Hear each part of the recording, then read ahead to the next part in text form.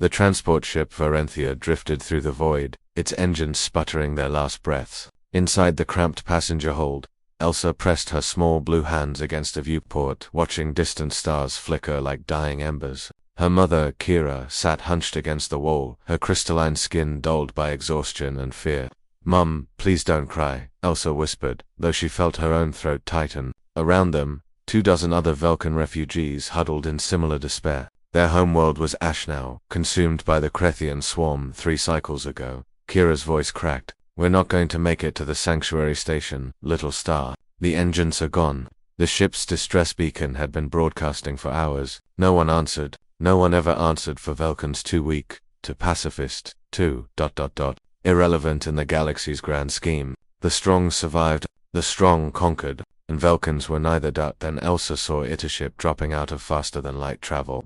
Sleek and small, with strange markings she'd only seen once before in her father's old data. Her breath caught. "Mum, maybe that human can help us." Kira's head snapped up, her prismatic eyes widening with something between hope and terror. Humans, everyone knew the stories. The Deathworlders who evolved on a planet that actively tried to kill them. The species that turned predation into philosophy and warfare into art. The ones who somehow, impossibly, made it to the stars despite every logical reason they should have destroyed themselves first. "Elsa, no. Humans are. They're dangerous."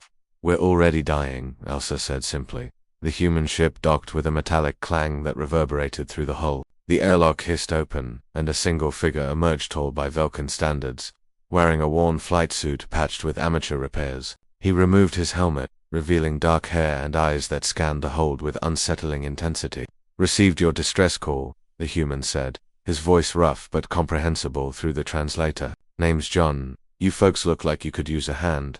The refugees shrank back instinctively. Humans didn't just help. There was always a price, always an angle. That's what the galactic community said. But Elsa stepped forward. "Our engines failed. We're trying to reach Sanctuary Station K7. John crouched to her level, and she noticed scars crossing his hands, the marks of a violent life. "That's 3 systems away. Your life support won't last that long." He stood, addressing the group. "I can tow you to the nearest station. It's not much, but there's food and air." "Why?" Kira finally spoke, her voice trembling. "What do you want from us?" John's expression shifted, something softer breaking through the hard exterior. "Want, lady, I don't want anything. You're in trouble. I can help. That's enough." The Velkans exchanged uncertain glances. This wasn't how the galaxy worked. Resources were finite. Help demanded payment. Trust was a luxury for the strong. "You don't understand," Kira continued. "We have nothing. No credits, no technology, no trade goods. We're refugees from a dead world. We can't pay you." John shrugged, already moving toward the engine compartment. "Good thing I'm not asking you to." Over the next hours, the Velkans watched in bewildered silence as John worked. He bypassed their safety protocols designed by species who valued preservation over risk. He jury-rigged their power systems with methods that would make any engineer gasp in horror. He connected his ship's reactor to theirs with makeshift cables that had no business working. And it worked. Elsa followed him like a shadow, asking questions. "Why do humans help strangers?" John paused, wiping grease from his hands. "Where I come from, we've got this old idea we're supposed to leave things better than we found them. Doesn't always work out, but we try." He smiled slightly. "Plus, my mum would have kicked my ass if I left people to die in space. But you're alone out here. Don't you need your resources?" "Kid, I've got more than enough. And even if I didn't..." He met her eyes. "What's the point of surviving if you lose what makes you worth saving?" The concept was alien to her. Every species she knew hoarded, calculated, prioritized their own kind. The strong dominated. The weak perished. That was natural law. "Your species is strange," Elsa said. "Yeah, we get that a lot."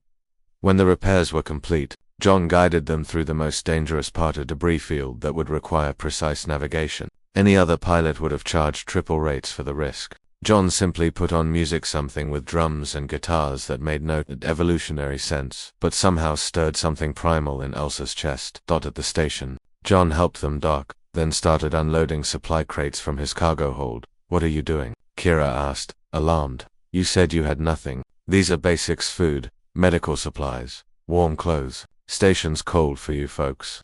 He continued working, ignoring their protests. "We can't accept this," Kira insisted. "The debt." "There is no debt.